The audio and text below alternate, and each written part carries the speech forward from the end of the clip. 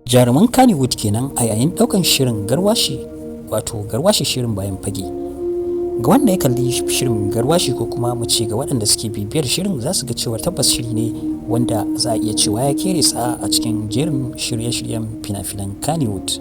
Domin kuwa shiri ne wanda yake da izina, yake da faɗakarwa, nishaɗantarwa da kuma ilmantarwa duk a ciki. Idan ɓangare ne na nishaɗi za ku ga akwai nishaɗi da akan saka a gurare daban-daban wanda idan ka kalla za ka samu nishaɗi har ma ka yi dariya.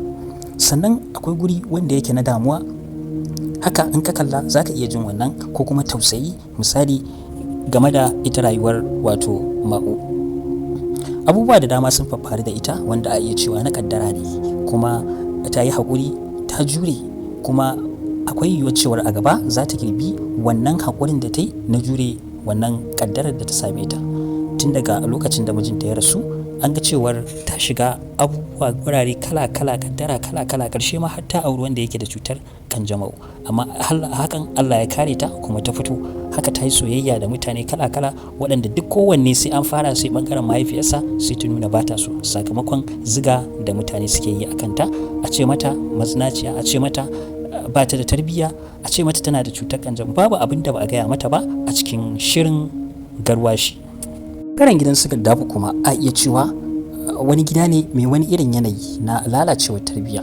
Wataƙila mahaifiyarsa da a ce za ta farga da zuwa gurin malamai da take yi da sauransu, wataƙila da za a samu canji a gidan, hata shi yaron zai shiru ko kuma yarta. Amma idan kuka duba shirin za ku ga cewa da zarar abu ya faru ba a tsayawa a yi tawakkali, a'a sai a tafi gurin malami. Da zarar an je gun wancan malamin an ji abin ya canza sai a koma wani gurin malamin. Kawai da zarar matsala ta shigo kawai sai a ce a tafi gurin malami, wato boka nake nufi ba malami ba, wanda su sukan kira shi da malami ga waɗanda suke zuwa guraren bokaye. Sannan a zahiri ma za mu ga cewar hakan yana faruwa, domin akwai waɗanda suka ɗauki zuwa gurin boka tamkar zuwa gurin wani waliyi, ko kuma mu ce wani wanda suke ganin da zarar sun je to kawai bukatar su ta biya, ba ruwansu, idan su ya riga ya rufe. To wannan shine babban illar. Na farko ba zai bari ita mai zuwa wannan gurin ta samu nutsuwa a zuciyarta ba, sannan ba za ta taba tara wani abu wanda zai amfane ta a rayuwarta ba. To kusan za mu iya cewa irin hakan ce ta fara a fim din, domin ita mahaifiyarsu wato Gaddafi, ita aikinta shine duk inda ta samu wata matsala kawai za ta je gun boka. Haka ita ma sai ta koyi wannan abin. To karshe sai ta ce su kuma za ta auri mijin wata ita ma wadda da zarar abu ya faru da ita ma za ta je gurin boka. To kun ga gaba daya za ku ga ɗawainiyar da ake yi kawai a samu ne a kai wa malami, a samu a kai wa malami. Sannan bangaren da su Jamila na gudu, ita ma in kuka duba a cikin fim din su ma haka suke, da ita da kuma mahaifiyarta duka aikinsu shine su je gurin boka a duba musu abu ko kuma a ba su magani su barbada ko wani abu makamancin haka. To idan kuka duba ita fa Asma'u tana tsakankanin su ne, tana can wato ko ina sai da ta gewaya, kuma ko ina sai da suka yi yunkurin cutar da ita. Idan fa ba ku manta ba cewa akai za a bata Gaddafi waye tunda shine kanin mijin shi zai aure ta kaza.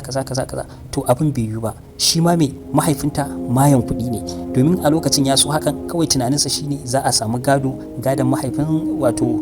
mijinta zai dawo hannunta, sannan shi kuma mahaifin zai amfana da shi. Shi ne kawai bukatarsa, in dai da kuɗi to bai da matsala. Haka ya je aura mata wancan, idan za ku iya tunawa, wato mai wannan cuta ta kanjamau din wanda ya fito a mahaifinsu Jamila na gudu. To a lokacin shi mahaifin bai damu da me zai faru ba, bai yi bincike ba, bai sanya yake ba. Wannan kuɗi da ake ba shi ya ruɗa shi, yake ganin cewar zai aura mata shi a tunaninsa idan ta je gidan ta huta, sannan shi ma zai ringa samun wani kaso nashi daga cikin abin da take amfana da shi. Shine kawai burinsa.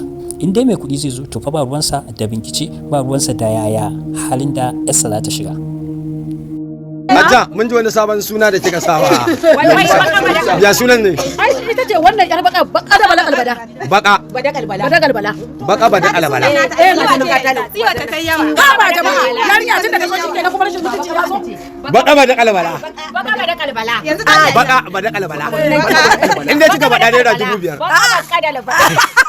Bada kalbala. Wallahi ranka dade zaka bar ni fada. Jaruman Kannywood kenan a yayin daukan shirin Garwashi, wato Garwashi shirin bayan fage.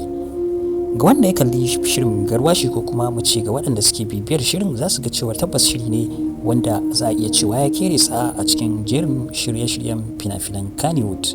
Domin kuwa shiri ne wanda yake da izina, yake da faɗakarwa, nishaɗantarwa da kuma ilmantarwa duk a ciki. idan bangare ne na nishadi za ku ga akwai nishadi da akan saka a gurare daban-daban wanda idan ka kalla za ka samu nishadi har ma ka yi dariya.